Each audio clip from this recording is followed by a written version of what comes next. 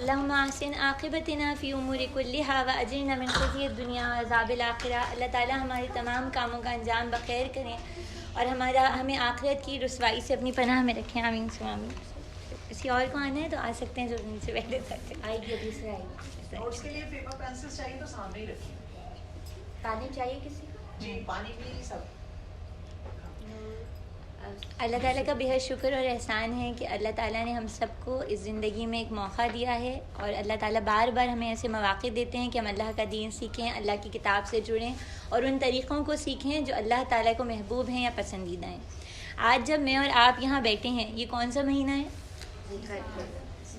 ذی القعدہ کا مہینہ ہے اور ہم سے کچھ ہی دور, ہم سے کچھ کوس کے فاصلے پہ یا کچھ تھوڑے ڈسٹینس کے اوپر ایک ایسی بستی آباد ہے, ایک ایسا مقام ہے جہاں ان دنوں میں دنیا بھر سے, یعنی ہر شرق و غرب سے, ہر اونچائی اور ہر نیچائی سے, ہر دریائی علاقے اور ہر ریگزار سے, ریگستانوں سے اور جو نقلستان ہیں, ہر جگہ سے آبادیوں کی آبادیاں اور لوگوں کی بڑی تعداد اس جانب رخ کر رہی ہے اور جمع ہو رہے ہیں. اور وہ تمام لوگوں کی زبانوں کے اوپر ایک ہی کلمہ ہے, ایک ورد ہے, ایک ہی ترانہ ہے, لبیک لا شریک لک لبیک ان الحمد والنعمت لک والملک. حاضر ہوں میرے رب, حاضر ہیں یا رب, ہم حاضر ہیں اپنی تمام ترجیحات کو, اپنی تمام محبتوں کو, اپنے عزیز رشتوں کو, اپنی ضروریات کو, سب چیزوں کو پیچھے چھوڑ کر ہم حاضر ہیں. کس کے لیے؟ صرف آپ کے لیے, آپ کو راضی کرنے کے لیے, آپ کی رضا پانے کے لیے اس گھر میں جمع ہو رہے ہیں. کچھ آ چکے ہیں, کچھ آنے والے ہیں. اور یہ جو تلبیہ ہے, یہ جو ترانہ ہے, یہ جو الفاظ ہیں, یہ جو پکار ہے, یہ صرف اس سال تو نہیں ہوئی نا, بلکہ صدیوں سے یہ پکار جاری ہے. اور اس کی ابتدا ہم دیکھتے ہیں کہ تنہا ایک شخص کھڑا ہوتا ہے ایک بستی کے اندر اور اللہ کے گھر کی تعمیر کرنے کے بعد اللہ تعالیٰ پر اس کو حکم دیتے ہیں کہ تم بیت اللہ کی تعمیر کرو, اور وہ اللہ کے گھر کی تعمیر کرتے ہیں. اور پھر اس کے بعد ان آیات کا جو ہمیں قرآن مجید میں, جس میں اسراء نے ہمارے سامنے رکھی ہیں, قرآن مجید میں ان آیات سے ہمیں پتہ چلتا ہے کہ اللہ تعالیٰ کہتے ہیں کہ پکاریے. میں آپ کے سامنے وہ آیت ہی پڑھتی ہوں. اللہ تعالیٰ کیا کہتے ہیں؟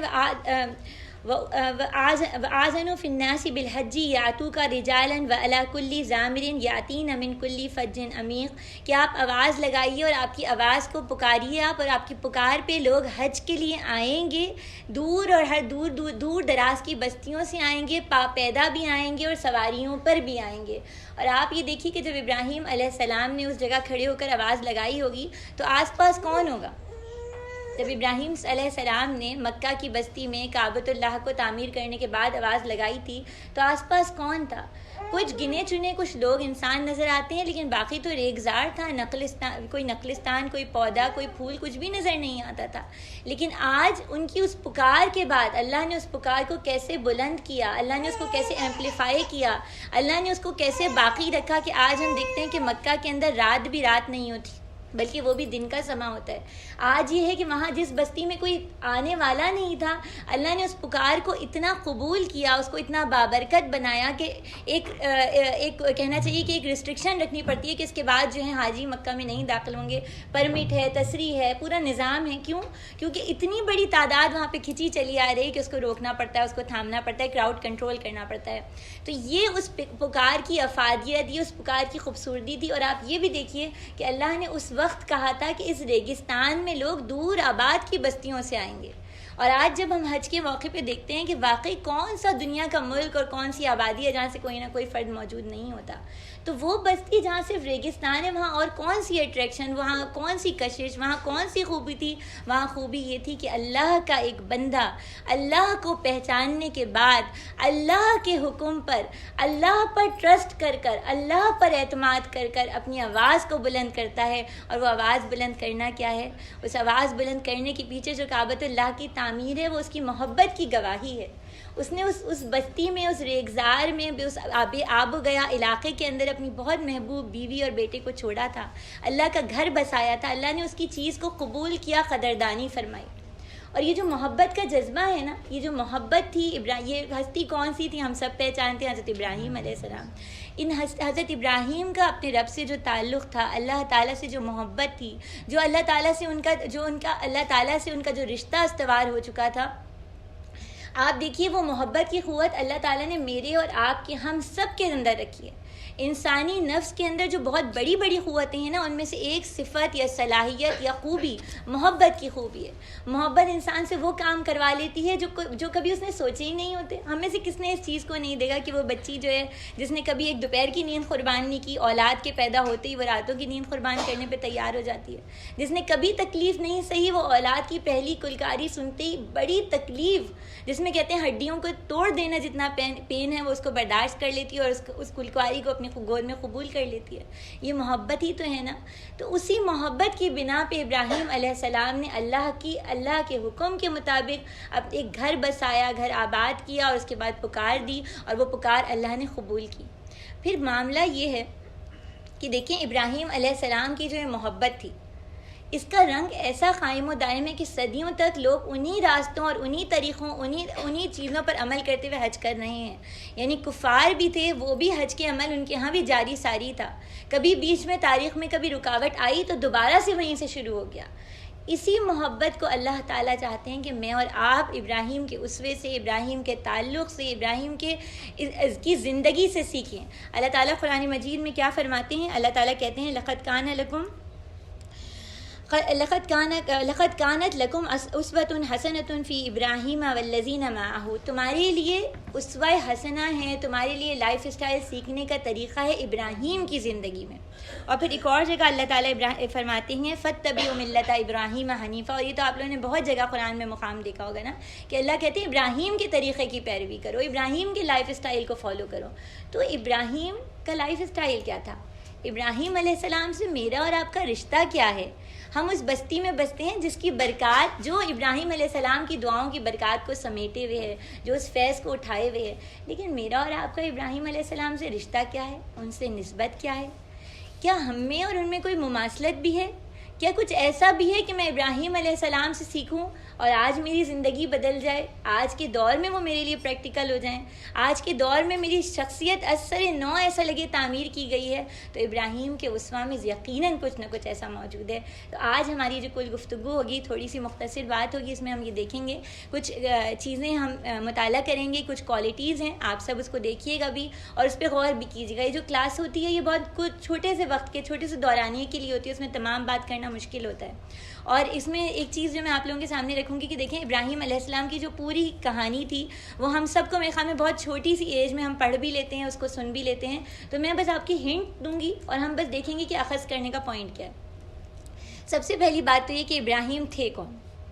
وہ ابراہیم تھے کون جنہیں اللہ تعالیٰ سے ایسی محبت ہوئی تھی کہ سب کچھ قربان کرنے پہ تیار ہو گئے تھے. تو وہ ابراہیم کون تھے؟ ہم دیکھتے ہیں کہ طوفان نوح کے بعد جب دنیا میں سویلائزیشنز ڈیولپ ہوئی ہیں، تہذیب و تمدن بنا ہے، اور تہذیب و تمدن کا جو اس وقت گہوارہ تھا جس کو میسوپوٹیمیا یا فرات کی سرزمین، عراق کی سرزمین کہتے ہیں، وہاں پہ ابراہیم علیہ السلام کی پیدائش ہوتی ہے. اور ابراہیم علیہ السلام کی پیدائش کا وقت سمجھنا اس لیے ضروری ہے کہ یہ وہ دور تھا جس کو برونز ایرا بھی کہتے ہیں، جس میں لکھائی بھی ایجاد ہو گئی، اور جو دنیا کا پہلا قانون ہے اس کو حموربی قانون کہتے ہیں، یہ بھی اسی سرزمین سے اوریجنیٹ ہوا ہے. اس وقت حکومت بھی قائم ہو گئی تھی، آپ سب نمرود کے نام سے واقف ہیں کہ اس وقت یعنی ایک سسٹم بھی بن گیا تھا. اور جب بھی حکومتیں قائم ہوتی ہیں اور سوسائٹیاں بنتی ہیں اور سویلائزیشنز ڈیولپ ہوتی ہیں تو اس وقت اشد ضرورت ہوتی ہے کہ آسمانی ہدایات، اللہ نے جو ضابطۂ حیات انسانیت کے لیے طے کیا ہے وہ انسانوں تک پہنچ جائے. اس وقت ضرورت بڑھ جاتی ہے. تو اللہ تعالیٰ نے اس وقت ایک بت پرست گھرانے میں، جو خالی بت پرست نہیں ہیں، جو خالی بتوں کو پوجتے نہیں ہیں بلکہ بتوں کو بناتے بھی ہیں اور بتوں کو بیچتے بھی ہیں، اس گھر میں کس کو پیدا کیا؟ ابراہیم کو پیدا کیا. اور ابراہیم جو ہے ان کی خصوصیت کیا ہے کہ وہ اس بت فروش اور بت گر گھرانے کے اندر اپنے رب کو پہچانتے ہیں، اور پہچانتے بھی کیسے ہیں کہ ایسا تعلق کی ڈوری بنتی ہے کہ پھر کوئی چیز اس تعلق کو توڑ نہیں سکی. تو اسوہ ابراہیمی کی جو پہلی چیز ہے، ان ابراہیم کی جو کہ ایک گہوارے میں تہذیبوں اور سویلائزیشن کے درمیان میں پیدا ہوئے. میں اور آپ بھی آج کہا جاتا ہے ہیومن سویلائزیشن بہت عروج پہ ہے، وہ بھی ایک ایسے زمانے میں پیدا ہوئے تھے. اس زمانے میں بت تھے، آج دوسرے بت ہیں، لیکن ہم سب کی آستینوں میں بت چھپے ہوئے ہیں. تو آج کے زمانے میں ابراہیم کے اسوہ میں جو پہلی چیز میرے اور آپ کے لیے وہ کیا ہے؟ ابراہیم تھے تھنک بگ ایکٹ بگ.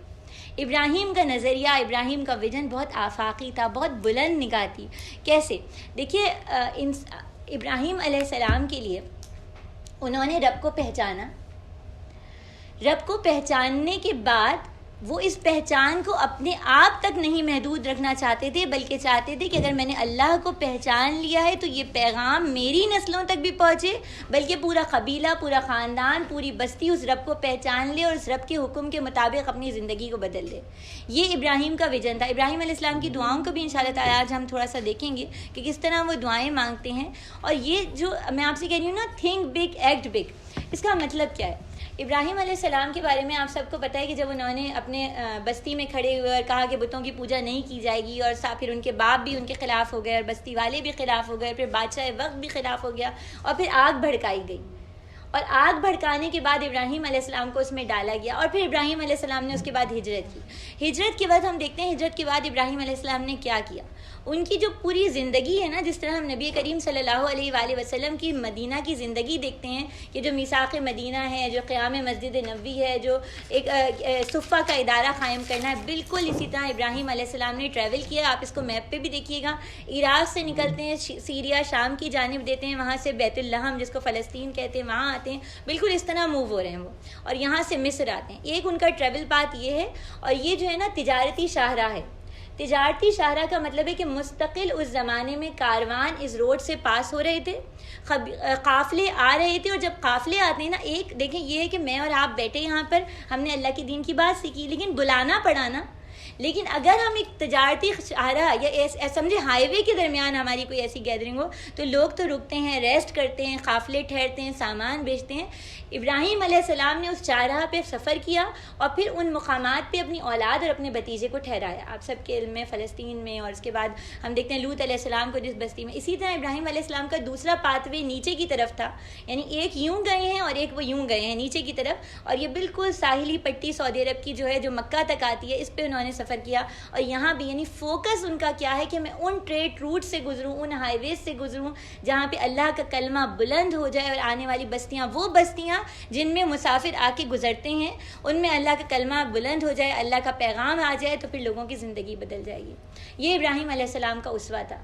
اور بات یہ ہے کہ جب ہم یہاں پہ ایسی بات سنتے ہیں، ہم سوچتے ہیں کہ یہ اتنی بڑی بڑی باتیں ہیں کہ ویژن بڑا ہونا چاہیے، زندگی کا مقصد ہونا چاہیے۔ یہ تو میرے اور آپ کے لیے کیا، میرا تو ایک ہی سیدھا سادہ سا مقصد ہونا چاہیے کہ میں اپنے بچوں کو بڑا کروں، اور میں خود بھی سکون سے رہوں، میری صحت اچھی رہے، میرے گھر میں کوئی فائنینشیل کرائسس نہ ہو، بہت اچھا میرا سلیقے سے ویل آرگنائز گھر ہو۔ یہ چھوٹی چھوٹی منی خواہشات ہمارے دامن میں ہوتی ہیں، ہماری دل کی پوٹلی کے اندر ہوتی ہیں۔ ابراہیم کے پاس بھی یہ سب خواہشات ہو سکتی تھی۔ ابراہیم علیہ السلام کا بھی دل چاہ سکتا تھا کہ بڑھاپے کی اولاد ہے، اتنی دعاؤں کے بعد ملی ہے، تو اس کو سنبھال کے اب اس کے ساتھ وقت گزاروں، وہ ایک پیاری سی بیوی جو ملی ہے ان کے ساتھ وقت گزاروں۔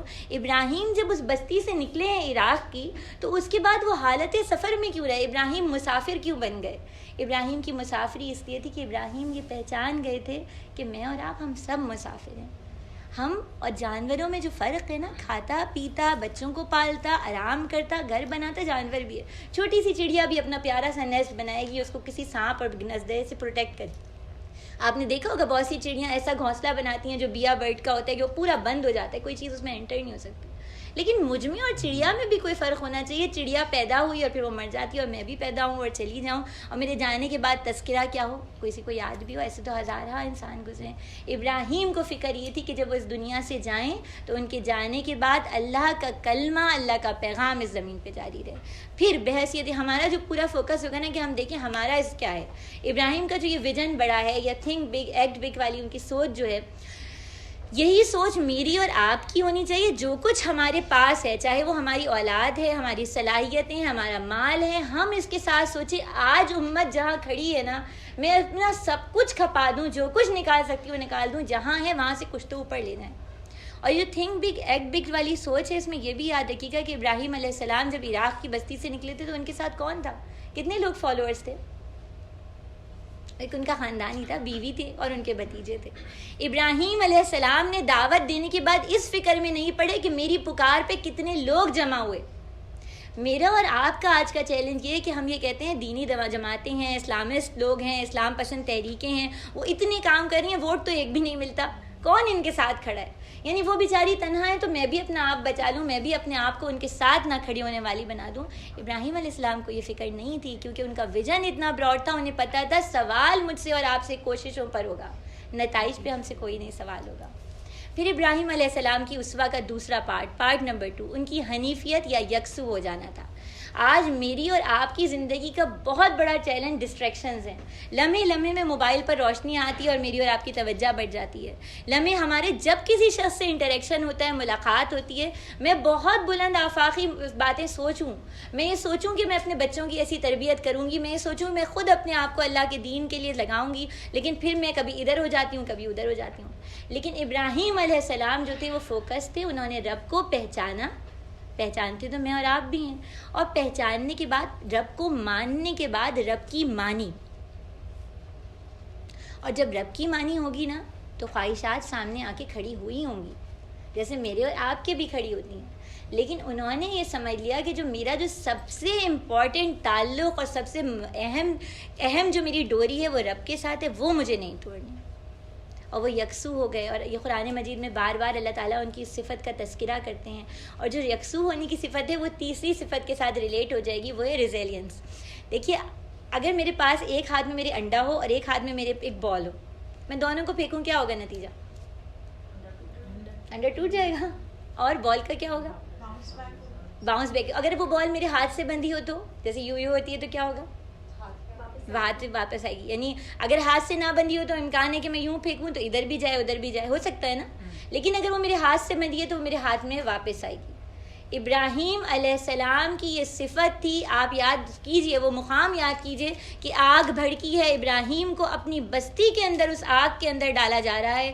نہ کوئی آنکھ گیلی ہوئی, نہ کسی لب پہ دعا آئی, نہ کوئی آواز بلند ہوئی کہ ابراہیم نے کیا قصور کیا ہے بھائی. کوئی ایک تو بولتا, کوئی ایک تو پکارتا, نہ کسی ہاتھ میں وہ ڈول آیا پانی کا کہ لاؤ میں ہی کچھ چیٹے ڈال دوں. آگ بھڑکانے والے بہت تھے اس جگہ پر, وہ سب ابراہیم کے اپنے تھے, لیکن ابراہیم اس مجمع میں ان لوگوں میں تنہا تھے. لیکن ابراہیم علیہ السلام کی ریزیلینس دیکھیے, ان کا باؤنس بیک کرنا دیکھیے کہ وہاں سے نکلتے ہیں آگ سے, کوئی شکوہ نہیں, کوئی دکھ نہیں, کوئی تذکرہ نہیں کہ میری جو ایک آج کے دور میں ہم یہ اس طرح کے الفاظ سنتے ہیں, ہم سے آپ دیکھیے گا ابراہیم علیہ السلام کی زندگی مجھے لگتا ہے آج کی تہذیب کے انسان کے لیے بہت امپورٹنٹ ہے. آج ہم یہ کہتے ہیں کہ دیکھیں میرے ساتھ تو فلاں ٹراما تھا, میرے بچپن میں یہ ہوا, اور میرے ساتھ یہ کسی نے اختلافی کی, جس کے نتیجے میں آج میں اتنی چڑچڑی ہوں, یا میں آج غصے میں رہتی ہوں, یا میری توانائیاں شکوے شکایتیں کرنے, عذرات تلاش کرنے میں زندگی گزر جاتی ہے. میری صحت اچھی نہیں ہے, میرے بچے چھوٹے ہیں, میری میموری تیز نہیں ہے, میرے فائنینشیل کرائسس ہیں, ایکس وائی زی, ایک لانگ لسٹ ہوتی ہے عذرات کی, بہانوں کی, جسٹیفیکیشنز کی. ابراہیم علیہ السلام نے کوئی عذر نہیں بنایا کہ میرے اپنوں نے مجھے آگ میں ڈالا تھا, کام ختم ہوا, انی بری ہوں, میں بری ہوں ان سے, اور چل دیا آگے, میں مسافر ہوں تو مسافر کے لیے آگے کا سفر درپیش ہے. ابراہیم علیہ السلام مجھے اور آپ کو یہ سبق دیتے ہیں کہ ہمیں اپنا بھی اور اپنی اولادوں کا اسٹیمنا بڑھانا ہے, ہمیں اپنی اعصابی قوت بڑھانی ہے. ہمیں ایسا نہیں ہونا کہ ہم انڈے کے چھلکے کی طرح ہوں کہ گرے اور ٹوٹے, کسی نے ایک لفظ کہہ دیا اور ہم دل میں لے کے بیٹھے ہیں, یا زندگی کا کوئی ٹراما سنبھالے بیٹھے ہیں, یا عذرات کی پوٹلی پکڑ کے بیٹھے ہیں. نہیں, ہمیں اگر یہ یاد ہونا کہ وقت تھوڑا ہے, عمل زیادہ کرنا ہے, لوٹنے کا پتہ نہیں کس لمحے جانا ہے, پتہ ہی نہیں ہے, تو پھر ہم سب کے اندر یہ باؤنس بیک کرنے کی صلاحیت ضروری ہے. کہ آپ آج کے دور کا دیکھیے, اس وقت ڈپریشن, سوسائڈل ریٹ, اینزائٹی, ان سب کا لیول کہیں سے کہیں پہنچ رہا ہے ہر آنے والے دن کے بعد. کووڈ کے بعد سے تو کچھ اور ہی ریٹ ہو گئے. تو اس میں اگر میں اور آپ ابراہیم علیہ السلام کی صفت اور نبی کریم صلی اللہ علیہ وآلہ وسلم کی پوری زندگی دیکھ لیجئے, کیا مکہ کے لاڈلے تھے اور اس کے بعد کس حال میں پہنچے, لیکن کبھی زبان پہ شکوہ نہیں کیا کہ یہ کیا حال ہوا. طائف کی بستی میں جب پر خون آلود ہے, اور کہتے ہیں یہ ان کی ریزیلینس تھی, یہ ان کی باؤنس بیک کرنے کی صفت تھی. وہ کہتے ہیں کہ نہیں, پہاڑوں کے فرشتوں سے کہتے ہیں ان کو نہیں کچلنا, ان کے بچوں میں سے کوئی ایمان لے آئے گا. یہ ان کا ویژن بھی نظر آتا ہے, اور یہ بھی نظر آتا ہے کہ مشکلات سے ٹوٹتے اور بکھرتے نہیں ہیں. تو ابراہیم علیہ السلام کی زندگی کا جو پہلا ہے کہ مجھے اور آپ کو بامقصد زندگی گزارنی ہے, اور وہ مقصد بھی وہ ہونا چاہیے جو اللہ نے میرے اور آپ کے لیے لکھ کے بھیجا ہے. نمبر 2 کیا چیز ہے کہ مجھے اور آپ کو یکسو ہونا ہے, اللہ سے جڑ جانا ہے. یکسو ہو کے اپنا فوکس جب اللہ کی طرف کریں گے, اور پھر ساتھ ہی اس صفت کو پیدا کریں گے کہ مسائل, پریشانیاں, مشکلات, عذرات سب کی زندگیوں میں ہیں, میں ان کے مقام سے زیادہ نہیں دوں گی. بارش ہوتی ہے, ہم سب کے اندر یہ کامن سینس ہے کہ امبریلا لے کے نکلیں گے یا گھر کے اندر بیٹھیں گے. بارش سے لڑنے نہیں جاتے. تو اسی طرح مسائل ہیں، ان کے لیے اپنی اپنی چھتریاں تلاش کریں، اپنے اپنے حل تلاش کریں، لیکن ابراہیم علیہ السلام کی صفت کو اپنائیں کہ واپس اٹھ کے کھڑے ہونا ہے، ٹوٹنا نہیں ہے، گھبرانا نہیں ہے. پھر ابراہیم علیہ السلام کی ایک اور صفت توکل ہے. یہ جو آپ سے میں نے کہا کہ ایک انڈا ہے وہ ٹوٹ جاتا ہے، ایک بال ہے، تو بے جان چیز ہے نا. ایک دفعہ ناسا نے ایک ایکسپیریمنٹ کیا، انہوں نے، شاید یہ پہلے بھی کبھی آپ لوگوں کے سامنے میں نے رکھا ہوں، مجھے یہ بہت پسند ہے واقعہ، تو اکثر میں اس کا وہ کرتی ہوں، کہ انہوں نے 2 گروپس بنائے اور ان کو ایک جگہ پہ بھیجا اور وہاں کہا کہ آپ کو مختلف چیلنجز کا سامنا کرنا ہوگا اور اعصاب شکن چیلنجز ہوں گے، ایک کے بعد ایک چیز آپ کے اوپر آئے گی، اور جب آپ ان سب سے نبرد آزما ہوں گے تب آپ باہر آ سکتے ہیں.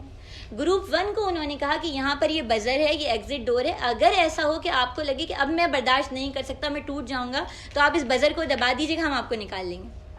گروپ 2 کو انہوں نے کچھ بھی نہیں بتایا، گروپ 2 کے سامنے یہ رکھا کہ جب تک اس سب کو حل نہیں کر لیں گے آپ نکل نہیں سکتے. جس گروپ کو یہ پتا تھا نا کہ یہاں پر ایک دروازہ ہے، ایک روشنی کی کھڑکی ہے، ایک روزن ہے، ایک سرنگ ہے جس سے ہم نکل سکتے ہیں، ایک ایگزٹ ہے، ان کے اندر امید تھی. کوئی مشکل، کوئی چیلنج، کوئی مصیبت، ظاہر ہے مختلف چیزیں آ رہی ہوں گی، وہ اس میں گھبرائے نہیں. انہیں پتا تھا ایک تو یہ کہ ہم یہ ٹیمپرری ہے، ختم ہو جائے گا، اور دوسرا یہ کہ ایک روزن، ایک کھڑکی، ایک سوراخ، ایک دروازہ ہے جس سے ہم نکل کے جا سکتے ہیں. جس گروپ کو نہیں پتا تھا کہ یہاں پہ کوئی ایگزٹ یا ڈور موجود ہے، وہ پہلے ہی چیلنج پہ ٹوٹنا شروع ہو گیا، کیونکہ ان کو لگتا تھا کہ یہ تو ابھی پہلا ہے، دوسرا کیا ہونے والا ہے، اور اس میں تو کوئی راستہ، کوئی سوراخ، کوئی کھڑکی ہے ہی نہیں جس سے ہم نکل کے جا سکیں. ابراہیم علیہ السلام کا جو اللہ پر توکل تھا نا، اس نے ان کے اندر یہ امید کی جوت جگائی تھی کہ وہ ہر چیز میں وہ الاؤ میں ڈالیں تو کہہ رہے ہیں حسبی اللہ و نعم الوکیل، میرے لیے اللہ کافی. وہ اپنے اولاد کو چھوڑ کے جا رہے ہیں، دعا کریں اللہ اس بے آب ہو گیا بستی میں پھل، اور یہاں پہ لوگوں کی محبتیں اور لوگوں کے دل جوڑ دیں. اس کا مطلب کیا ہے کہ انہیں اللہ پر توکل ہے نا. توکل کا مطلب کیا ہے؟ توکل کا مطلب یہ کہ اللہ میں نے تو اتنا ڈال دیا، میرا ڈالا ہوا تو کچھ معمولی ہے، کچھ ہے ہی نہیں، حیثیت ہی نہیں ہے، لیکن آپ کے لیے تو للہ ما فی السماوات و ما فی الارض، آپ اس کو قبول کر دیں، آپ اس کو بڑھا دیں، آپ اس کو ضرب دے دیں. اور پھر اللہ پر، اللہ بندے کے گمان کے مطابق، ابراہیم کا گمان اچھا تھا، اللہ پر ٹرسٹ تھا، اللہ پر توکل تھا، اللہ نے اس کے مطابق ان کو بھر بھر کے دیا.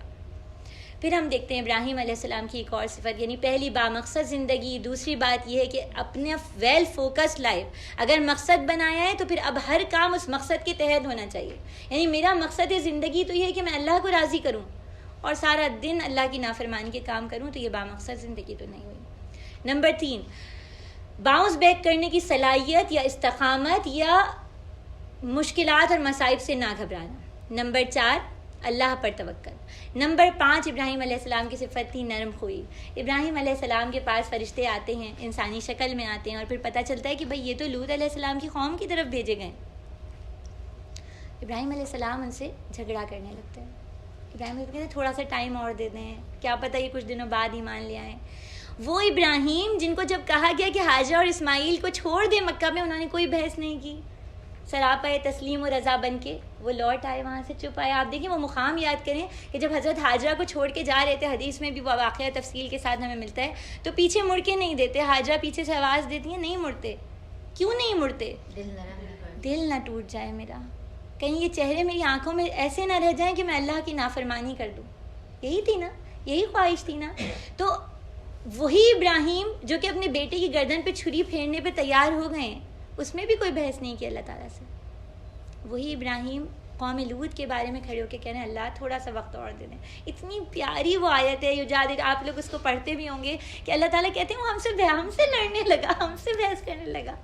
اور اللہ نے کیوں یہ آیت رکھی؟ اللہ چاہتے ہیں ہم بھی ایسے بن جائیں.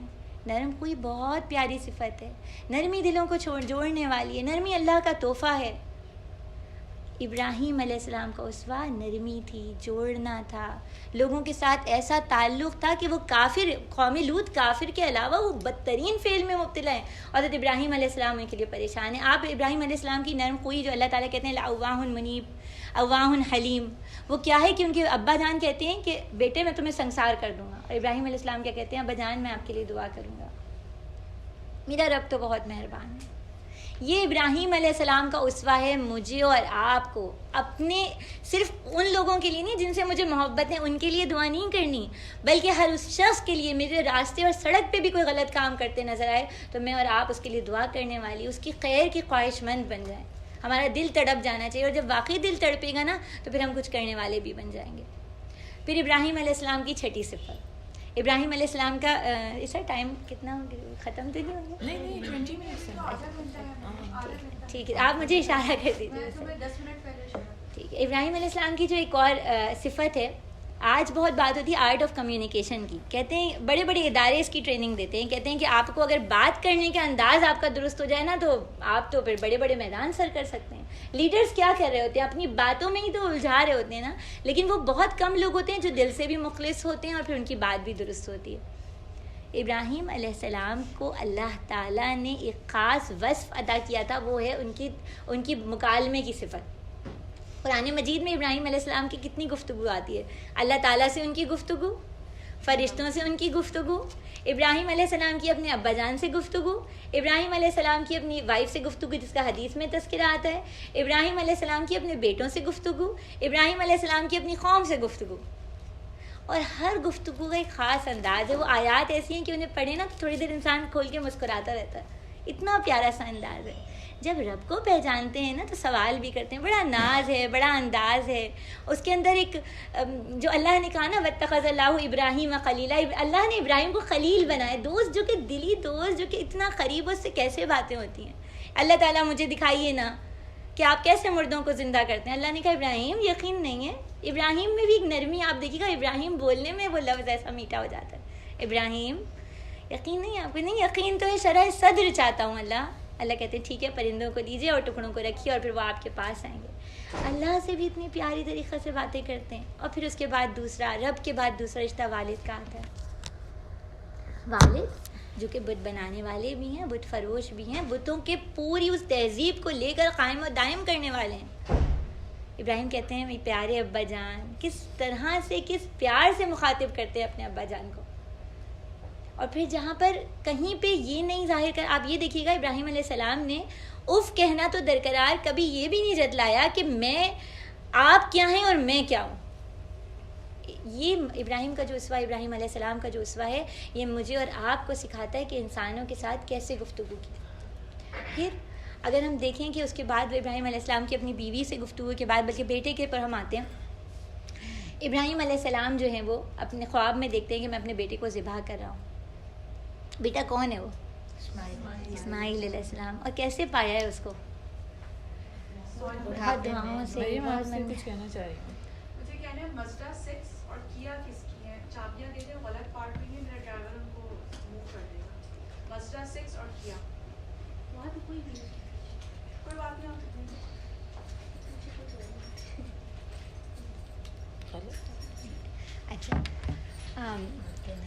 اچھا ابراہیم علیہ السلام جو ہیں وہ اپنے بیٹے سے جو گفتگو کرتے ہیں، ابراہیم علیہ السلام نے خواب میں دیکھا کہ میں اسماعیل کو ذبح کر رہا ہوں۔ اب نبی تھے، پتہ تھا کہ میں جو خواب دیکھ رہا ہوں وہ تو ہے، لیکن انہوں نے جا کے آرڈر نہیں دیا بیٹے کو بلا کے، بیٹے میں خواب دیکھتا ہوں، کیا رائے ہے تمہاری؟ بیٹا کہتا ہے کر ڈالیے ابا جان جس کا آپ کو حکم دیا گیا ہے۔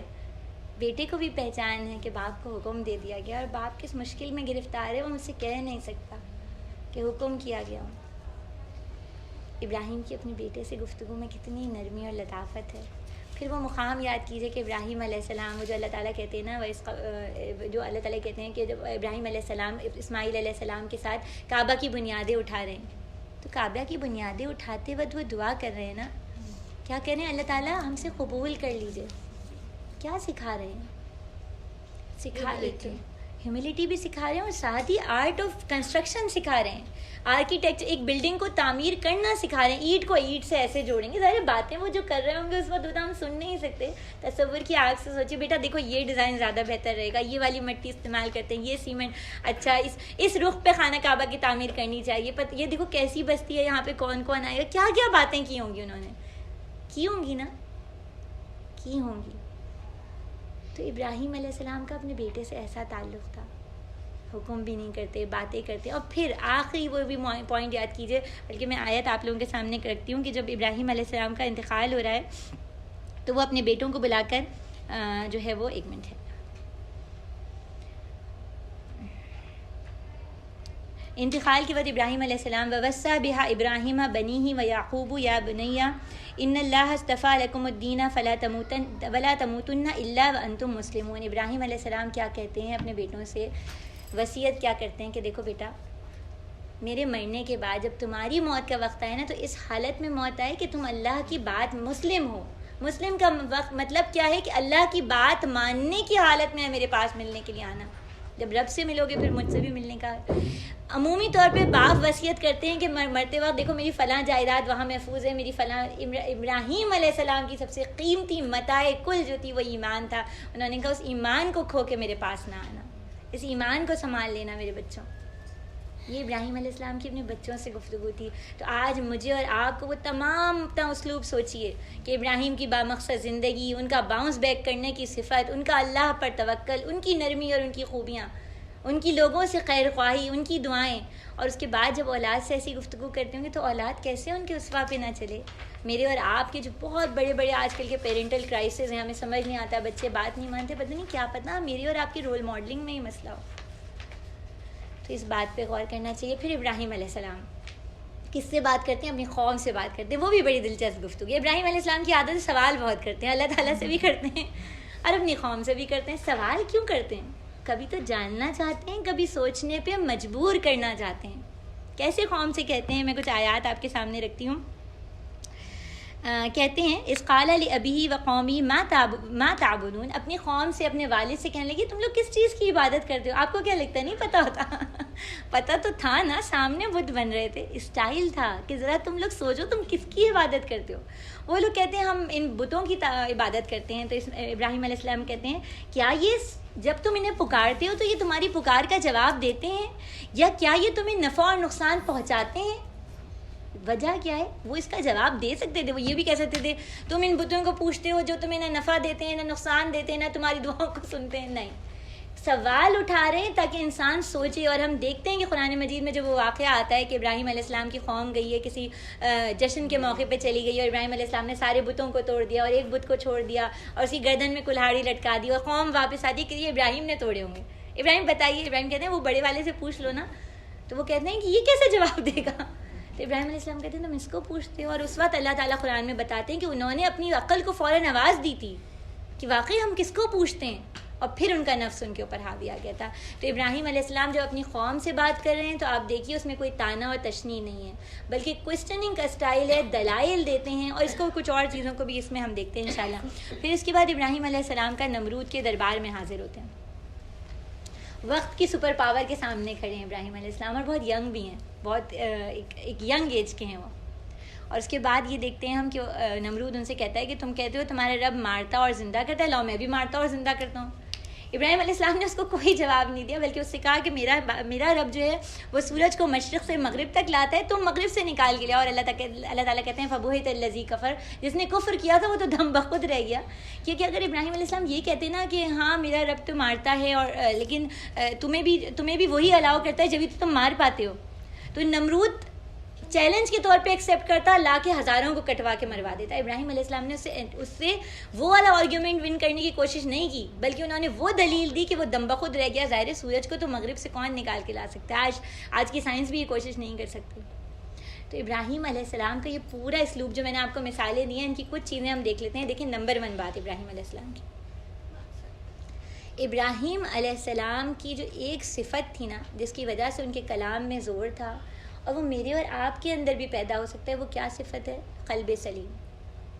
ابراہیم علیہ السلام کا دل صاف تھا, شرک سے بھی, بدعت سے بھی, کفر و گناہ سے بھی, لیکن لوگوں کے خلاف رنجشوں سے بھی. ان کے دلوں میں کوئی پوٹلی نہیں تھی کہ فلاں نے میرے ساتھ یہ کیا یا میں کچھ. ان کا دل قلب سلیم تھا, سلم دل تھا, محفوظ دل تھا, پاک دل تھا. جیسے اللہ نے بچے کا معصوم دل بھیجا ہوتا ہے نا, ویسا دل تھا. جب دل قلب صاف ہوتا ہے نا, تو جب بات کرتے ہیں وہ بات دل سے نکلتی ہے اور دل تک پہنچتی ہے. یہ بات ہوتی ہے. تو پہلا آرٹ آف کمیونیکیشن, یا میں اور آپ جب کسی کو بات پہنچانا چاہیں تو سب سے پہلے مجھے اور آپ کو اپنے دل کو صاف کرنا ہے. اگر دل صاف نہیں ہوتا نا تو ہم کسی کو بھی سمجھاتے رہیں, اللہ کی دعوت دیں یا کوئی اور بات سکھائیں، وہ سیکھنا ہی نہیں چاہتا، کیونکہ ہمارے اندر سے ایک ایسی منفی سی کوئی چیز نکل رہی ہوتی ہے کہ اس کو گھبراہٹ ہوتی ہے. اللہ تعالیٰ ہمارے دلوں کو پاک اور صاف بھی کر دیں ہر بری چیز سے، اور اس میں اپنا ایمان اتار دیں. آمین ثم آمین. دوسری چیز ابراہیم علیہ السلام کی آرٹ آف کمیونیکیشن کی کیا ہے؟ اخلاص نیت. ابراہیم علیہ السلام کی پوری زندگی جو تھی نا، وہ بس اپنے رب کو راضی کرنے والی. میں اور آپ اگر یہ چاہتے ہیں کہ ہماری بات میں اثر پیدا ہو جائے، چاہے ہماری اولاد ہو یا رشتہ دار ہوں یا سننے والے یا جاننے والے کوئی بھی ہوں ہماری بات سننے لگیں، تو نیت اللہ کے لیے کر لیں. کسی بھی چھوٹا سا کام ہو یا بڑا کام ہو، کس کو راضی کرنا ہے؟ اللہ کو راضی کرنا ہے. اور پھر اللہ اسٹیمنا بھی بڑھا دے. وہ تمام چیزیں جو ابراہیم کی ہیں نا، وہ اس میں آنا شروع ہو جاتی ہیں ابراہیم علیہ السلام کی.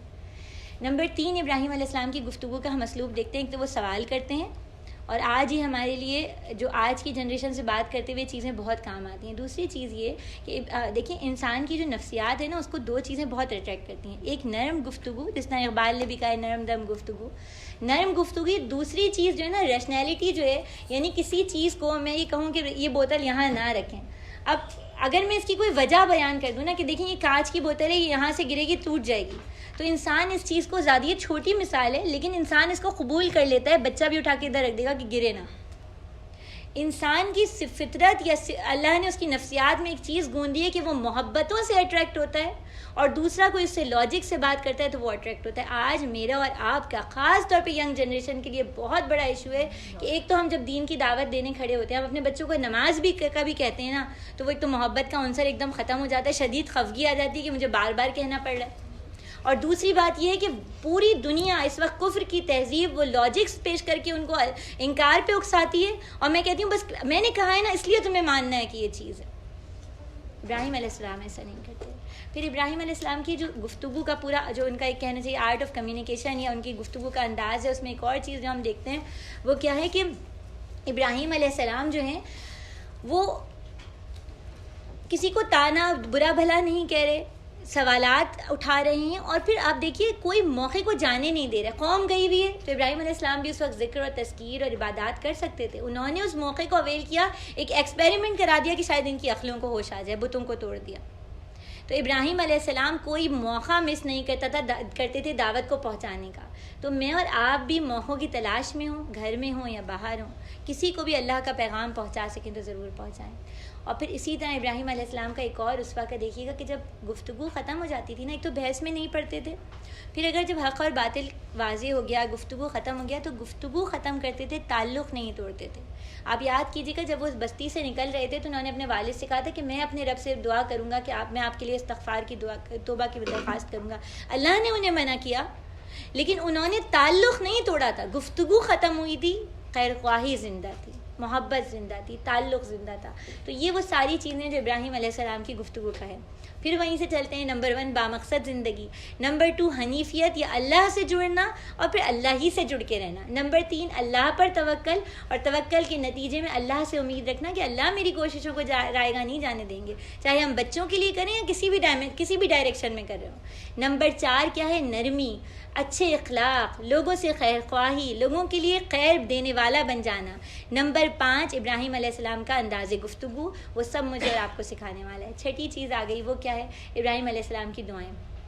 قرآن مجید میں بہت تفصیل سے ابراہیم علیہ السلام کی دعاؤں کا ذکر ہے. اور جب بالکل شروع میں وہ اپنی بستی میں لوگوں کو دعوت دیتے ہیں نا کہ بتوں کو توڑو، تو اس وقت جب دعا کرتے ہیں تو وہ دعا کیا ہوتی ہے کہ اللہ تعالیٰ میرا ذکر جو ہے نا وہ خیر والے لوگوں میں، اچھے لوگوں میں باقی رکھیں. میں دیکھتی ہوں اگر اس کا وجعل لی لسانا صدق فی الآخرین. ابراہیم علیہ السلام کی یہ لیگیسی ہے. ابراہیم علیہ السلام کا میرے اور آپ کے لیے ورثہ ہے. لیکن جانا تو مجھے بھی ہے اور جانا ہم سب کو ہے. کوئی نہیں کہہ سکتا کہ ٹھہرنا ہے. میرے جانے کے بعد لوگ یہ یاد رکھیں کہ میرا لباس کیسا تھا، میری گفتگو کیسی تھی، میری گھر کیسا تھا، میرے بچوں کی تعلیم کیسی، کچھ بھی ایکس وائی زی. یہ کتنے دن یاد رکھیں گے؟ کچھ دن، پھر سب بھول جاتے ہیں. ابراہیم کی لیگیسی، ابراہیم کی یادیں، علیہ السلام کی یادیں کیسی ہیں کہ آج وہ لاکھوں کی تعداد میں شائقین جمع ہیں، اللہ کے گھر کا طواف کرتے ہیں. ابراہیم علیہ السلام کا اسوہ، ان کی وہ چلت پھرت اور ان کی وہ زندگی تھی. ابراہیم علیہ السلام کو اس فکر تھی کہ میرے جانے کے بعد میرا ذکر کس طرح ہوگا، کیا میں کوئی صدقہ جاریہ چھوڑ کے جا رہی ہوں. ابراہیم علیہ السلام کی دعاؤں میں یہ دعا ہے، اس سے ابراہیم علیہ السلام کی پوری پرسنالٹی نظر آ جاتی ہے، کس قدر ذہین اور سمجھدار آدمی ہے۔ آج میری فکر کیا ہونی چاہیے کہ میرے پاس نہ جانے 1 سال 2 سال 5 سال 10 سال 15 سال کتنے بچے نہیں پتہ، کیا پتہ ایک پل نہیں معلوم، تو میں کچھ ایسا کر جاؤں، میں بھی آپ بھی ہمارے بچے ہماری نسلیں کچھ ایسا کر جائیں کہ ہمارے جانے کے بعد ہمارا ذکر اچھے الفاظ میں ہو، ہمارے نامہ اعمال جس طرح حضرت عثمان کا کہا جاتا ہے نا کہ ان کا وہ جو کنواں ہے وہ اکاؤنٹ ابھی بھی کھلا ہوا ہے، اس میں مستقل منی آتی رہتی ہے، تو ہم بھی کچھ ایسا اکاؤنٹ جنریٹ کر جائیں کہ ہمارے جانے کے بعد بھی صدیاں گزر جائیں لیکن ہمارے نامہ اعمال میں نیکیاں جمع ہوتی رہیں، اور کوئی برا نہ چھوڑ دیں، برا عمل جاریہ نہ چھوڑ دیں۔ مجھے اور آپ کو یہ دیکھنا ہے۔ پھر ابراہیم علیہ السلام کی جو ایک اور ہم دعا دیکھتے ہیں کہ جب حضرت حاجرہ علیہ السلام کو انہوں نے اس بستی میں چھوڑا ہے تو وہ اللہ تعالیٰ سے دعا کرتے ہیں، کیا دعا کرتے ہیں؟ وَإِذْ قَالَ إِبْرَاهِيمُ رَبِّ اجْعَلْ هَٰذَا الْبَلَدَ بَلَدًا آمِنًا، وہ کہتے ہیں اللہ تعالیٰ اس بستی کو، ایک جگہ بلد آئے ایک جگہ البلد آئے، اس بستی کو امن کا گہوارہ بنا دے۔ ابراہیم علیہ السلام یہ جانتے ہیں کہ انسان کے لیے دین پر عمل کرنا اس وقت آسان ہو جاتا ہے جب وہ پیس میں امن کی حالت میں ہو، اور اس امن میں وہ تمام جانوروں سے بھی امن اور کسی بھی ایسے شخص سے بھی امن کہ اس بستی سے انہیں بے دخل کر دے، مکہ سے نکال دے۔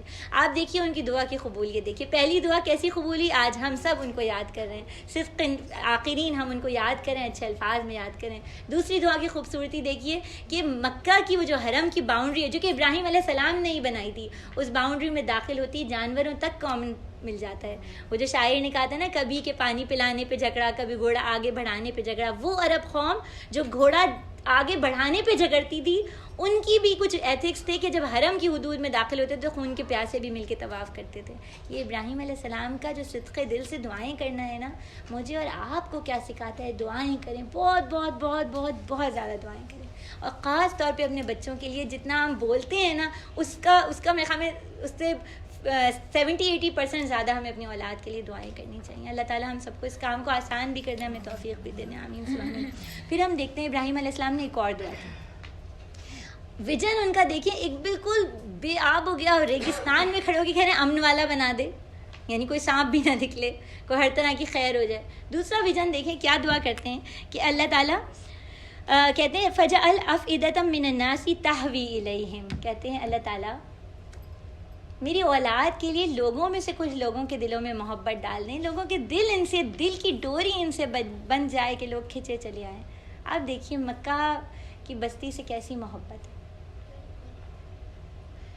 اللہ کے نیک بندوں میں میری، ہماری اولادوں کی، آپ کی، ہماری نسلوں کی محبتیں پیدا ہو جائیں، بہت بڑا تحفہ ہوتا ہے۔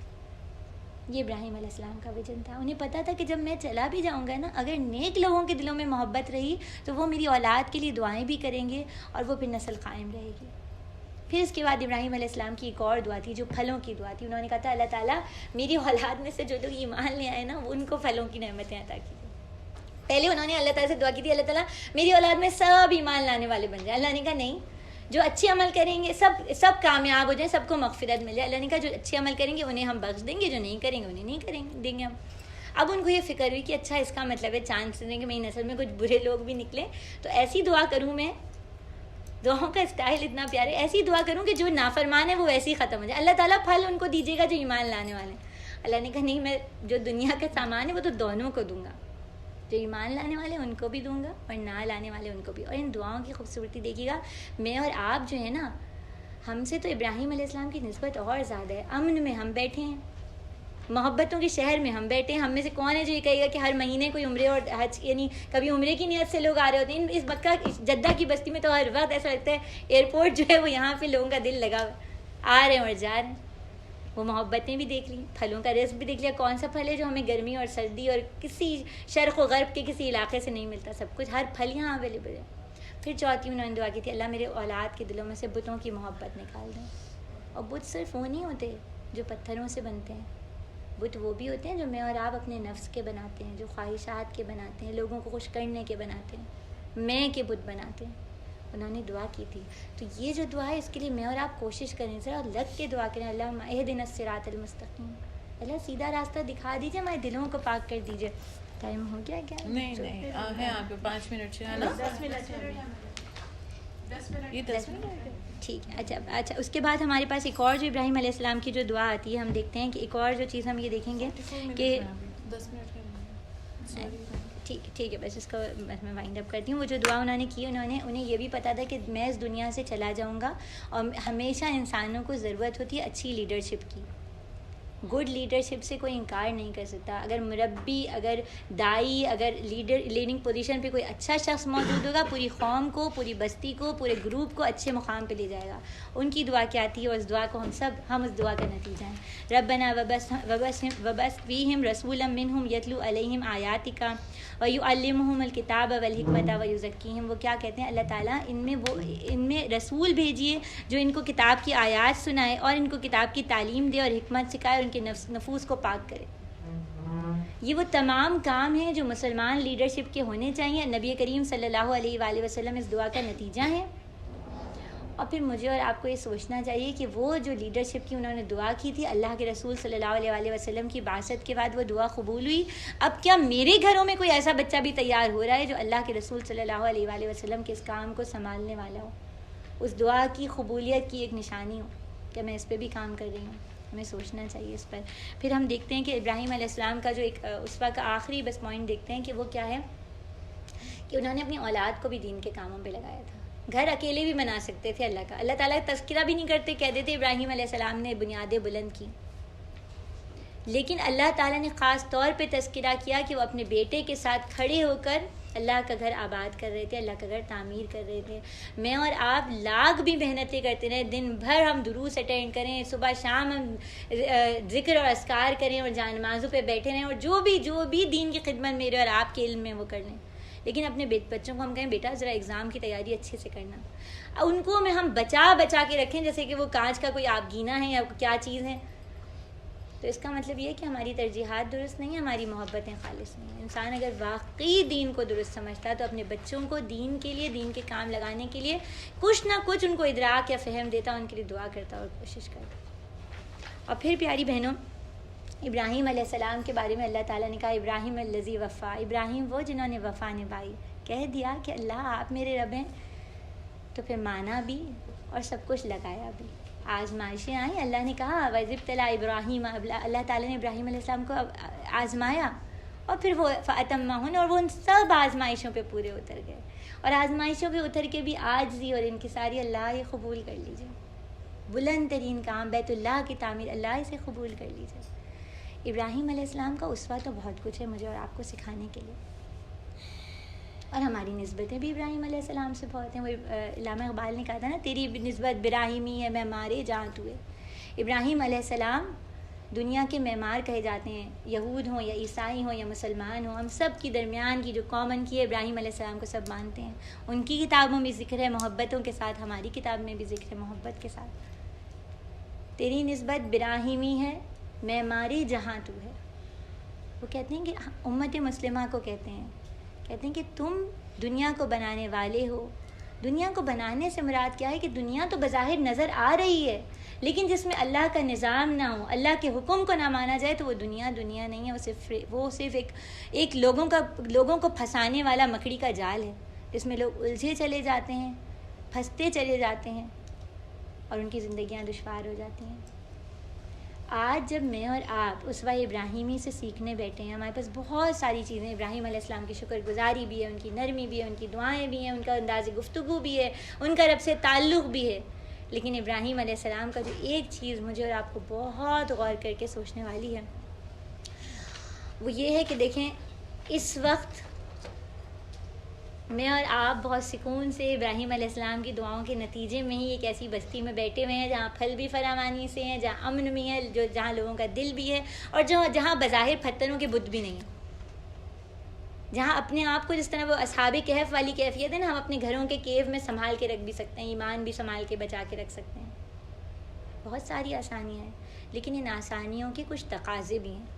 ابراہیم علیہ السلام کے لیے بھی بہت آسانی تھی کہ جب مکہ کی بستی آباد کر دی، اللہ کا گھر تعمیر کر دیا، تو بس پھر اس کے بعد ایک کونے میں حجرے میں اللہ کرتے. ساری زندگی انہوں نے اللہ کے پیغام کو اللہ کے بندوں تک پہنچانے کے لیے گزاری. اور اس ساری کوشش کا نتیجہ جو محنتیں تھیں، جو آزمائشیں تھیں، جو مشکلیں تھیں، بہت ٹف تھیں، بہت زیادہ دشوار تھیں، لیکن وہ کچھ عرصے کی تھیں. کچھ عرصے کی زندگی ہوتی ہے نا، کسی کی 100 سال، چلیں کسی کی حضرت نوح علیہ السلام کی بہت طویل زندگی کا پتہ چلتا ہے ہمیں، کسی کی بہت طویل. لیکن جو یہ محنتیں اور کوششیں اور جد و جہد اور اسٹرگل، اس کے جو نتائج ہوتے ہیں نا، اس کا فیض نسلیں اٹھاتی ہیں.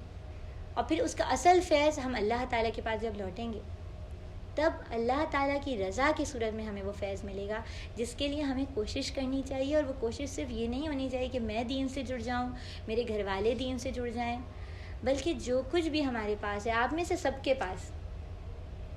پاس اللہ تعالیٰ نے کوئی نہ کوئی صلاحیت دی ہے. کسی کو مال دیا ہے، کسی کو صحت دی ہے، کسی کو کوئی اور اسکل دی ہے. جب ابراہیم علیہ السلام کا اسوہ پڑھیں، ابراہیم علیہ السلام کی زندگی کے بارے میں پڑھیں، تو ضرور سوچئے کہ جو میری جھولی میں اللہ نے جو اتنی نعمتیں ڈالی ہیں نا، ان میں سے کوئی ایک بھی ہے کہ اس کا میں 2% 3% ہی لگا دوں اللہ کے دین کو. اللہ کا دین جو اس وقت غریب ہے، کمزور ہے، ہر طرف سے آفتیں اور مصیبتیں ہیں. شاید میں یہ بات کروں تو آپ لوگوں کو لگے یہ کس طرح کی بات ہے، ہم تو آرام سے، ایسا کیا مشکل ہے. لیکن اس وقت دنیا میں صرف مسلمان ہی حالت تکلیف میں نہیں ہے. ہر روز جو یتیم بچوں کی تعداد ہر دن کے ساتھ بڑھتی چلی جا رہی ہے، وہ صرف مسلمان یتیم بچے نہیں ہیں، اور بھی یتیموں کی تعداد بڑھ رہی ہے. کیمپوں میں پڑے ہوئے لوگوں کی تعدادیں بڑھ رہی ہیں. جو وہ معاشرے جو کہ بالکل عروج پہ، یعنی جو دنیاوی طور پہ کامیابی کے لحاظ سے سویلائزیشنز کے طور پہ اس وقت سب سے زیادہ چمکتے اور دمکتے نظر آ رہے ہیں، وہاں انسانوں کی زندگیاں دیکھیے. آج یہ کرائسس ہو گیا کہ وہ دے اور دیم کر کے ایک دوسرے کو پکانے، یعنی انسان کی شناخت ختم کی جا رہی ہے، انسان کو روبوٹ بنایا جا رہا ہے، انسان کی اس کے عقیدے، اس کی سوچ، اس کی تہذیب، ہر چیز کو مٹانے اور ختم کرنے کی کوششیں کی جا رہی ہیں. اس میں میرا اور آپ کا کردار کیا ہے؟ ہم یہ بھی کہہ سکتے ہیں ہم تو بہت کمزور سی خواتین ہیں، ہم گھریلو خواتین ہیں. حاجرہ بھی گھریلو خواتین تھیں، حاجرہ بھی اپنے بیٹے کے لیے دوڑی تھی. اللہ کو وہ ادا اتنی پسند آئی کہ آج سارے ہی مرد ان قدموں پہ دوڑتے ہیں. کتنا خوبصورت وہ منظر ہوتا ہے جب احرام پہن کے ان گرین لائٹوں کے نیچے آ کے لوگ دوڑنا شروع ہو جاتے ہیں. کبھی غور کیا آپ نے؟ حاجرہ کی بھی تو دوڑ تھی نا، لیکن اللہ کی رضا کے لیے تھی. تو میری اور آپ کی زندگی آج جب ہم یہاں سے اٹھ کے جائیں نا، ایک تو یہ ضرور سوچیں کہ میرے اور آپ کے پاس کیا ہے جو ہم اللہ کو دے سکتے ہیں. اللہ بہت قدر شناس ہے، اللہ تعالیٰ اس کو کئی 100 گنا بڑھا کے لوٹائیں گے. پھر دوسری بات یہ کہ میں جو بھی کروں اللہ کے لیے اپنی نیت کو خالص کروں. اور بس ہمارا ٹائم ہو گیا، اس کو ہم مکمل کرتے ہیں. اور 5 منٹ ٹھیک ہے. آپ کے سامنے ویسے میں اقبال اور ابراہیم علیہ السلام کا اور اقبال کا بڑا پیارا تعارف تھا. آج اقبال کو لوگ بھولتے جا رہے ہیں، تو تھوڑا سا میرا دل چاہ رہا تھا میں آپ کے سامنے کچھ اقبال کے اشعار رکھوں. یہ فارسی میں ہے، میں تھوڑی سی ان کی آپ کی وہ بھی بتاؤں گی. اقبال کہتے ہیں: فریاد از افرنگ و دل آویزی افرنگ. فریاد ہے افرنگ سے، یہ تہذیب مغرب سے، اس کی خوبصورتی اور اس کی دل ربائی سے. ہم کرتے ہیں نا، ہم کہتے ہیں یہ ویسٹرن سویلائزیشن کا نتیجہ ہے، یہ باہر کی سازش ہے، مغربی پروپیگنڈا ہے، اس طرح کے الفاظ کہتے ہیں. اقبال بھی وہی کہہ رہے ہیں. فریاد از افرنگ و دل آویزی افرنگ، فریاد از شیرینیوں پرویزی افرنگ. فریاد ہے مغرب کے حسن سے، مغرب کی مکاریوں سے فریاد ہے. عالم ہمیں ویرانہ اس چنگیزی افرنگ. آج یہ دنیا ویران ہو گئی ہے اس افرنگ کی چنگیزی اور اس کی مکاری اور اس کی فتنوں کے. پھر اقبال کچھ اور بھی کہتے ہیں: معمار حرم باز با تعمیر جہاں خیز. حرم کو تعمیر کرنے والے کون ہیں؟ حرم کو تعمیر کرنے والے ابراہیم علیہ السلام کے جانے کے بعد تیری نسبت براہیمی ہے، معمار جہاں. آپ سب معمار حرم ہیں. ابراہیم علیہ السلام تو جا چکے ہیں، آپ میں سے ہر خاتون معمار حرم ہے. اقبال کہتے ہیں: معمار حرم باز با تعمیر جہاں خیز. اے حرم کو بنانے والے، حرم کی تعمیر میں حضرت حاجرہ کا بڑا اسٹرانگ کریکٹر ہے. وہ دوڑی تھی، زمزم جاری ہوا تھا، پرندے آئے تھے، قافلوں نے دیکھا تھا پرندے ٹھہرتے ہیں، اس کا مطلب ہے پانی ہے، تو چلو ہم بھی وہاں جا کے بس جائیں. حاجرہ نے بستی بسائی تھی. اللہ ان پر اپنی رحمتیں نازل کرے. معمار حرم باز با تعمیر جہاں خیز. اے معمار حرم، اے حرم کو بنانے والے، اٹھ جاؤ. از خواب گرن خواب گرن خواب گرن خیز. بہت گہری نیند میں ہو تم، اب اٹھ جاؤ، جاگ جاؤ. یہ اقبال کا پیغام ہے. اور ہم سب کے لیے یہ جو چیز ہے نا، اللہ تعالیٰ قرآن میں بھی ہمارے سامنے یہ بات رکھتے ہیں کہ خشکی اور تری میں فساد برپا ہو گیا، اور وہ فساد برپا ہم اپنی آنکھوں سے دیکھ رہے ہیں۔ اس فساد کے اندر میرا اور آپ کا کریکٹر کیا ہے؟ کیا ہم وہ چھوٹی سی ابابیل کی طرح ہیں جو ابرہہ کے لشکر آنے پر آگ کے کنکر لے کے کھڑی ہو گئی تھی، یا ہم ان لوگوں کی طرح ہیں جو ابراہیم علیہ السلام کو آگ میں ڈالا جا رہا تھا اور وہ بالکل اپنا دامن بچا کے کونے پہ کھڑے تھے؟ ہمارے لیے سوچنے کی چیز ہے۔ سبحانک اللہم و بحمدک، نشہد ان لا الہ الا انت، نستغفرک و نتوب الیک۔ اللہ تعالیٰ ہمارے لیے اللہم احسن عاقبتنا فی امور کلھا واجرنا من خزی الدنیا وعذاب الآخرہ۔ اللہ تعالیٰ ہمارے تمام کاموں کا انجام بخیر کریں اور ہمیں آخرت کی رسوائی سے اپنی پناہ میں رکھیں، آمین ثم آمین۔ کسی اور کو آنا ہے تو آ سکتے ہیں جو نیچے بیٹھے تھے۔ آئے گی ابھی سے آئے گی۔ نوٹس کے لیے پیپر پینسل چاہیے تو سامنے ہی رکھیے۔ پانی چاہیے کسی کو؟ جی پانی بھی سب۔ اللہ تعالیٰ کا بہت شکر اور احسان ہے کہ اللہ تعالیٰ نے ہم سب کو اس زندگی میں ایک موقع دیا ہے، اور اللہ تعالیٰ بار بار ہمیں ایسے مواقع دیتے ہیں کہ ہم اللہ کا دین سیکھیں، اللہ کی کتاب سے جڑیں اور ان طریقوں کو سیکھیں جو اللہ تعالیٰ کو محبوب ہیں یا پسندیدہ ہیں۔ آج جب میں اور آپ یہاں بیٹھے ہیں، یہ کون سا مہینہ ہے؟ ذی القعدہ کا مہینہ ہے، اور ہم سے کچھ ہی دور، ہم سے کچھ کوس کے فاصلے پہ یا کچھ تھوڑے ڈسٹینس کے اوپر ایک ایسی بستی آباد ہے، ایک ایسا مقام ہے جہاں ان دنوں میں دنیا بھر سے، یعنی ہر شرق و غرب سے، ہر اونچائی اور ہر نیچائی سے، ہر دریائی علاقے اور ہر ریگزار سے، ریگستانوں سے اور جو نقلستان ہیں، ہر جگہ سے آبادیوں کی آبادیاں اور لوگوں کی بڑی تعداد اس جانب رخ کر رہی ہے اور جمع ہو رہے ہیں، اور وہ تمام لوگوں کی زبانوں کے اوپر ایک ہی کلمہ ہے، ایک ورد ہے، ایک ہی ترانہ ہے، لبیک لا شریک لک لبیک ان الحمد والنعمت لک والملک۔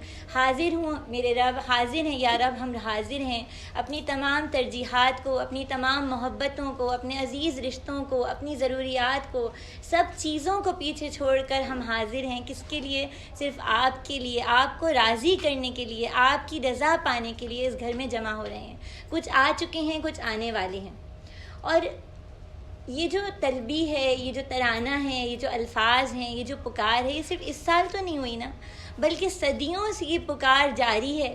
اور اس کی ابتدا ہم دیکھتے ہیں کہ تنہا ایک شخص کھڑا ہوتا ہے ایک بستی کے اندر، اور اللہ کے گھر کی تعمیر کرنے کے بعد اللہ تعالیٰ پر اس کو حکم دیتے ہیں کہ تم بیت اللہ کی تعمیر کرو، اور وہ اللہ کے گھر کی تعمیر کرتے ہیں۔ اور پھر اس کے بعد ان آیات کا جو ہمیں قرآن مجید میں، جس میں اسرا نے ہمارے سامنے رکھی ہیں، قرآن مجید میں ان آیات سے ہمیں پتہ چلتا ہے کہ اللہ تعالیٰ کہتے ہیں کہ پکاریے۔ میں آپ کے سامنے وہ آیت ہی پڑھتی ہوں۔ اللہ تعالیٰ کیا کہتے ہیں؟ وَآذَنُوا فِي النَّاسِ بِالْحَجِّ يَأْتُوكَ رِجَالًا وَعَلَىٰ كُلِّ ضَامِرٍ يَأْتِينَ مِنْ كُلِّ فَجٍّ عَمِيقٍ کہ آپ آواز لگائیے اور آپ کی آواز کو پکاریے آپ، اور آپ کی پکار پہ لوگ حج کے لیے آئیں گے، دور اور ہر دور دراز کی بستیوں سے آئیں گے، پیدا بھی آئیں گے اور سواریوں پر بھی آئیں گے۔ اور آپ یہ دیکھیے کہ جب ابراہیم علیہ السلام نے اس جگہ کھڑے ہو کر آواز لگائی ہوگی تو آس پاس کون ہوگا؟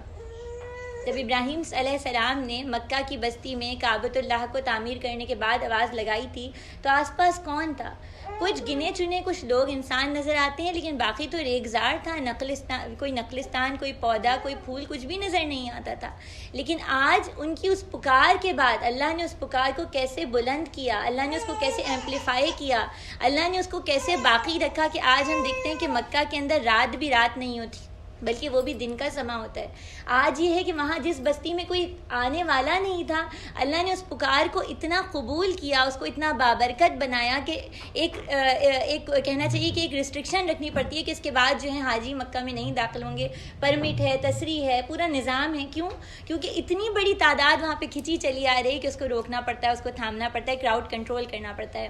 تو یہ اس پکار کی افادیت، یہ اس پکار کی خوبصورتی تھی۔ اور آپ یہ بھی دیکھیے کہ اللہ نے اس وقت کہا تھا کہ اس ریگستان میں لوگ دور آباد کی بستیوں سے آئیں گے، اور آج جب ہم حج کے موقع پہ دیکھتے ہیں کہ واقعی کون سا دنیا کا ملک اور کون سی آبادی ہے جہاں سے کوئی نہ کوئی فرد موجود نہیں ہوتا، تو وہ بستی جہاں صرف ریگستان ہے وہاں اور کون سی اٹریکشن، وہاں کون سی کشش، وہاں کون سی خوبی تھی؟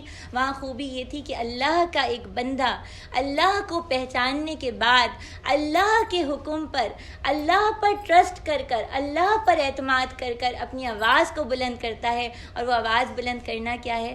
اس آواز بلند کرنے کے پیچھے جو کعبۃ اللہ کی تعمیر ہے وہ اس کی محبت کی گواہی ہے، اس نے اس بستی میں، اس ریگزار میں، اس آب و گیا علاقے کے اندر اپنی بہت محبوب بیوی اور بیٹے کو چھوڑا تھا، اللہ کا گھر بسایا تھا، اللہ نے اس کی چیز کو قبول کیا، قدردانی فرمائی.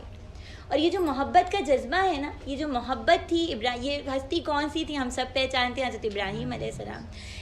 حضرت ابراہیم کا اپنے رب سے جو تعلق تھا، اللہ تعالیٰ سے جو محبت تھی، جو اللہ تعالیٰ سے اللہ تعالیٰ سے ان کا جو رشتہ استوار ہو چکا تھا، آپ دیکھیے وہ محبت کی قوت اللہ تعالیٰ نے میرے اور آپ کے، ہم سب کے اندر رکھی ہے.